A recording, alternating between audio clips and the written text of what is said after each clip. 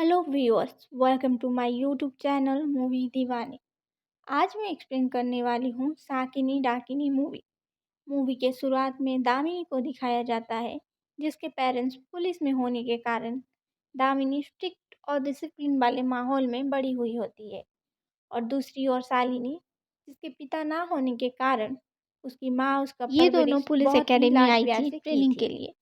Academy में दोनों एक ही रूम शेयर करते हैं, लेकिन एक तरफ दामिनी, जो कि बहुत इंट्रोवर्ट है, अपने काम के लिए फोकस्ड, साफ सफाई पसंद करने वाली, सारा सामान ऑर्गेनाइज्ड वे में रखती है। वहीं दूसरी ओर शालिनी लोगों से बहुत जल्दी घुल मिल जाती है। लाइफ में कोई गोल नहीं है, अपनी मर्जी की करने वाली, अपना सारा सामान इधर उधर फैला के रखने वाली और खाने की शौकीन। दोनों का स्वभाव एक दूसरे से बहुत अलग था, इसीलिए दोनों के बीच पहले पहले लड़ाई होने लगी। एक दूसरे को परेशान करने के लिए वो दोनों नए नए तरीके ढूंढने लगे। जैसे कि शालिनी पूरी अलमारी में कचरा भर देती थी, जिससे साफ सफाई पसंद करने वाली दामिनी को परेशानी होती है। और दामिनी शालिनी का सारा खाना हॉस्टल के इंचार्ज को दिखा देती है, क्योंकि हॉस्टल में बाहर का खाना लाना मना है, जिस वजह से खाना खाना पसंद करने वाली शालिनी को परेशानी होती है। दोनों ट्रेनिंग के दौरान एक दूसरे को ऐसे ही परेशान करते हैं। एकेडमी में फिजिकल ट्रेनिंग के साथ कोई किडनैप होने से क्या करना चाहिए, कैसे इन्वेस्टिगेट करना चाहिए, और किडनैपिंग के पहले 5 घंटे बहुत खास होता है, जिसे खास घंटे कहते हैं। इन्हीं घंटों के बीच किडनैपर को पकड़ना चाहिए, ये सब बातें बताई जाती है। अब 5 महीनों के ट्रेनिंग के बाद कोच प्रताप सर सबको बुलाते हैं और एक टास्क देते हुए बोलते हैं कि ये सबकी आखिरी फिजिकल ट्रेनिंग होगी। जो भी इस टास्क में पास होगा उन सबको आगे की ट्रेनिंग मिलेगी, और जो सब फेल हो जाएंगे उन सबको फिर से शुरुआत से ट्रेनिंग मिलेगी। तो अब टास्क ये होता है कि सबको जंगल का एक चक्कर लगा के वापस ट्रेनिंग बेस में 1 घंटे में आना है। सब दौड़ने लगते हैं और दौड़ते दौड़ते दामिनी के पैर में मोच आ जाती है।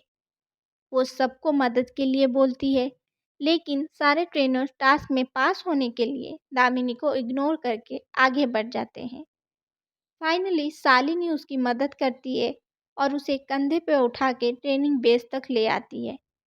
अब कोच प्रताप को दामिनी के पैर में मोच आने वाली बात पता चलती है, और वो सारे ट्रेनर्स को पूछते हैं कि किस किस ने दामिनी को जंगल में देखते हुए भी उसकी मदद नहीं की। इस बात पर सारे ट्रेनर्स अपने हाथ ऊपर उठाते हैं, क्योंकि सब ने दामिनी को गिरा हुआ देखा था, लेकिन उसकी मदद नहीं की। इस बात पर कोच प्रताप सबको डांटते हुए कहते हैं, हमें अपने साथी का साथ देना चाहिए। और इसीलिए कोच प्रताप शालिनी और दामिनी को टास्क में पास कर देते हैं और बाकी सबको फिर से जंगल का एक चक्कर लगाने के लिए बोलते हैं। फिर सीन शिफ्ट होता है और सारे ट्रेनर्स को सीसीटीवी कंट्रोल रूम दिखाने के लिए लिया जाता है, जहां एक बहुत बड़ा स्क्रीन था जिसमें सारे शहर की फुटेज चल रही थी, और ब्रह्मा राव यहाँ के हेड इंचार्ज थे। फिर हमें दिखाया जाता है संडे को छुट्टी होने के कारण शालिनी और दामिनी दोनों पब जाते हैं। पब से रिटर्न आने वक्त कुछ बाइकर्स रोड पे तेजी से बाइक चला रहे थे, जिससे कि दामिनी को चोट लगने वाली थी। लेकिन अचानक से एक लड़की दामिनी को खींचकर साइड कर देती है, लेकिन वो लड़की नीचे गिर जाती है, जिस वजह से उसके हाथ में चोट लगती है और उसके हाथ से खाने का पार्सल गिर जाता है। शालिनी और दामिनी उसको हॉस्पिटल जाने के लिए बोलती है, लेकिन उसको घर जाने के लिए लेट हो रहा था, इसीलिए वो मना कर देती है। तो दामिनी पास की एक दुकान से खाना खरीदकर उस लड़की को दे देती है। थोड़ी ही दूर आने के बाद शालिनी और दामिनी को रोड पर एक चाबी गिरी हुई मिलती है। ये चाबी उस लड़की का है। ये सोचकर उसे चाबी देने के लिए जैसे ही वो दोनों पीछे मुड़ते हैं, तो देखते हैं कि पास के एक गाड़ी से कुछ लोग निकल के उस लड़की को किडनैप कर ले जा रहे हैं। शालिनी और दामिनी गाड़ी का पीछा करते हैं, लेकिन वो गाड़ी तेजी से चली जाती है। उसके बाद दामिनी तुरंत पुलिस कंट्रोल रूम में कॉल करके किडनैपिंग की बात बताती है, और गाड़ी नंबर भी। कंट्रोल रूम वाले पुलिस बताता है कि इस नंबर का कोई भी गाड़ी नहीं है। यानी कि ये एक अनरजिस्टर्ड नंबर है। इसके बाद दोनों रिपोर्ट लिखाने के लिए पास के पुलिस स्टेशन जाते हैं, लेकिन सीनियर ऑफिसर ना होने के कारण कोई भी उनका रिपोर्ट नहीं लिखता। 20 मिनट के बाद जब सीनियर ऑफिसर आते हैं, तब भी बहुत बिजी होने के कारण वो दूसरे इंस्पेक्टर को एफआईआर लिखने के लिए बोल के चले जाते हैं। पुलिस स्टेशन में कोई भी उनकी बातों को सीरियसली नहीं ले रहा था। ये देख के दोनों प्रताप सर को फ़ोन करते हैं और सारी बात बताते हैं। लेकिन प्रताप सर भी उन दोनों को बस एफआईआर लिखा के वापस एकेडमी आने के लिए कहते हैं, क्योंकि प्रताप सर के लिए शालिनी और दामिनी का सेफ्टी इम्पोर्टेंट था। अब दोनों बहुत ही डिसअपॉइंट हो जाते हैं, क्योंकि एकेडमी में पढ़ाने वाली बातें और प्रैक्टिकली करने वाली बातें दोनों ही अलग थी। एकेडमी में ट्रेनिंग के दौरान उन्हें बताया गया था कि किडनैपिंग होने के पहले 5 घंटे बहुत ही इम्पोर्टेंट होते हैं, लेकिन यहाँ पे किडनैपिंग होने के बाद भी कोई भी एक्शन नहीं ले रहा है।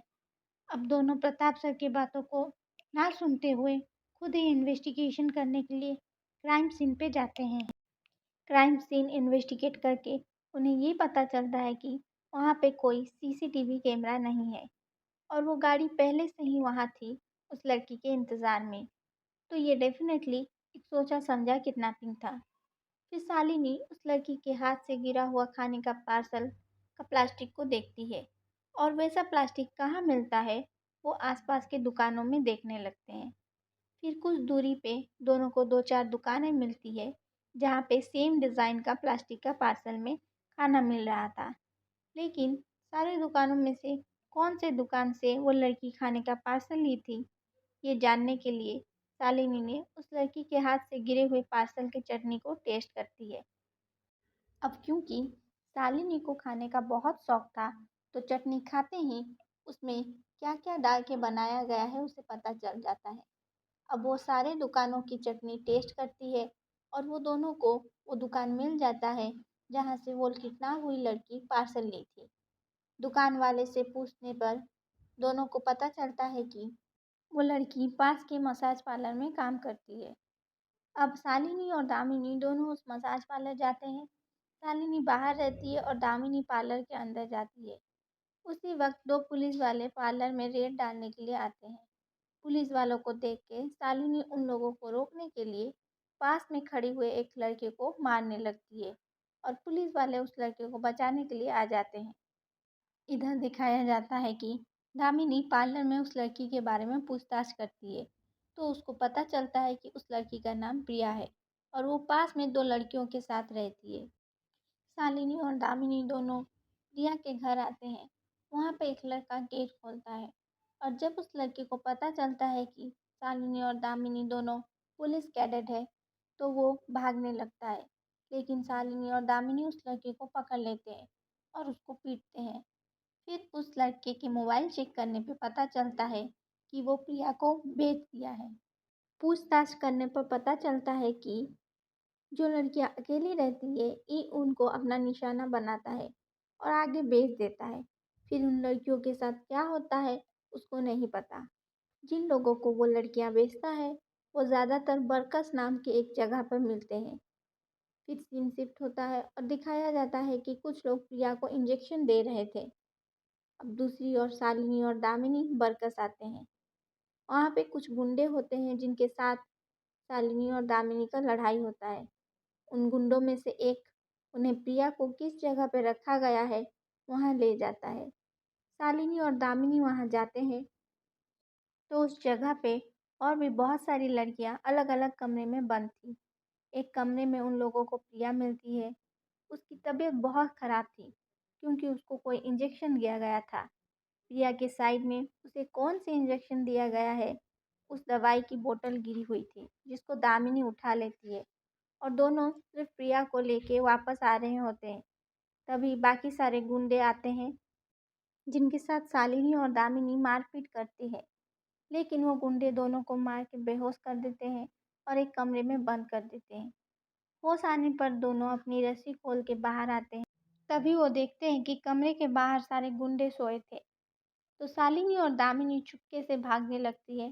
तभी गुंडे उठ जाते हैं और दोनों का पीछा करते हैं, लेकिन दोनों भाग भाग कर रोड पर आ जाती है, जहां उन्हें पुलिस का एक जीप दिखाई देता है। पुलिस के जीप देखकर गुंडे भाग जाते हैं। पुलिस शालिनी और दामिनी को लेकर पुलिस स्टेशन आती है।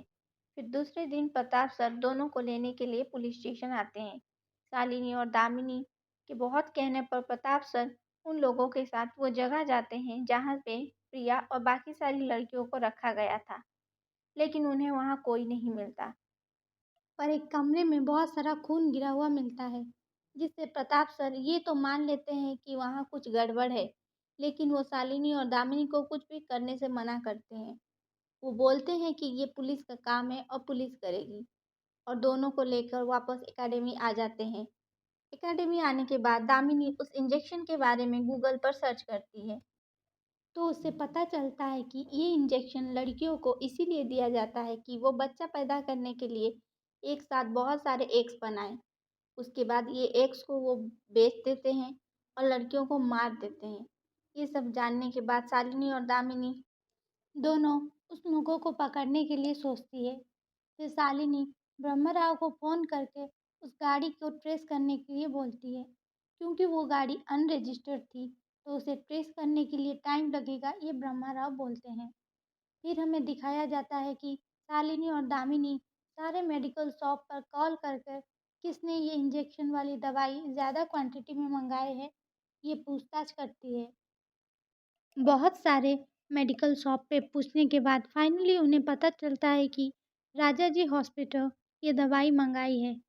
फिर दोनों तबीयत खराब होने का बहाना बनाकर एकेडमी से बाहर जाने के लिए पास मांगती है, लेकिन उन दोनों को पास नहीं मिलता।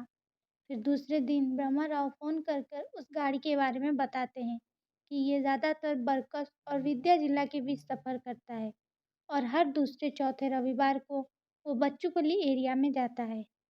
गूगल सर्च करने पर पता चलता है कि राजा जी हॉस्पिटल भी बच्चूपल एरिया में ही है और कल है दूसरा रविवार। इसीलिए दोनों उसी रात एकेडमी से बाहर भागने का प्लान बनाते हैं।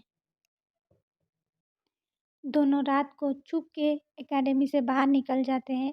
इधर दिखाया जाता है कि सारी लड़कियों को गाड़ी में भर के लाया जा रहा है। शालिनी और दामिनी राजाजी हॉस्पिटल पहुंचते हैं, लेकिन वहां उन्हें कोई नहीं मिलता। गूगल पर सर्च करने से पास में और एक राजाजी हॉस्पिटल है, इसका पता चलता है, लेकिन वो छोटा हॉस्पिटल था। दोनों उस छोटे हॉस्पिटल की ओर बढ़ते हैं। रास्ते में शालिनी को गुंडों की कार दिखती है और वो यू टर्न लेकर उनका पीछा करने लगते हैं। फाइनली दामिनी और शालिनी गुंडों के साथ मारपीट करके हॉस्पिटल के अंदर जाते हैं। वहाँ होता है मेन विलन, जो कि बहुत ताकतवर होता है, लेकिन शालिनी और दामिनी फिर भी उन उसके साथ लड़ाई करते हैं। लड़ाई के दौरान दोनों को बहुत चोट लगती है, लेकिन आखिर में दोनों विलन को मार देते हैं और सारी लड़कियों को बचा लेते हैं। आखिर में एकेडमी के नियम कानून ना मानने के लिए शालिनी और दामिनी को इंक्वायरी के लिए बुलाया जाता है। सारे अधिकारी उनको एकेडमी से निकालने के लिए बोलते हैं, लेकिन प्रताप सर उन दोनों को सपोर्ट करते हैं और उन लोगों को एकेडमी से नहीं निकाला जाता। इसी के साथ हमारी मूवी ख़त्म हो जाती है। ऐसी ही इंटरेस्टिंग मूवी के एक्सप्लेनेशन के लिए चैनल को लाइक, शेयर और सब्सक्राइब करें। Bye bye.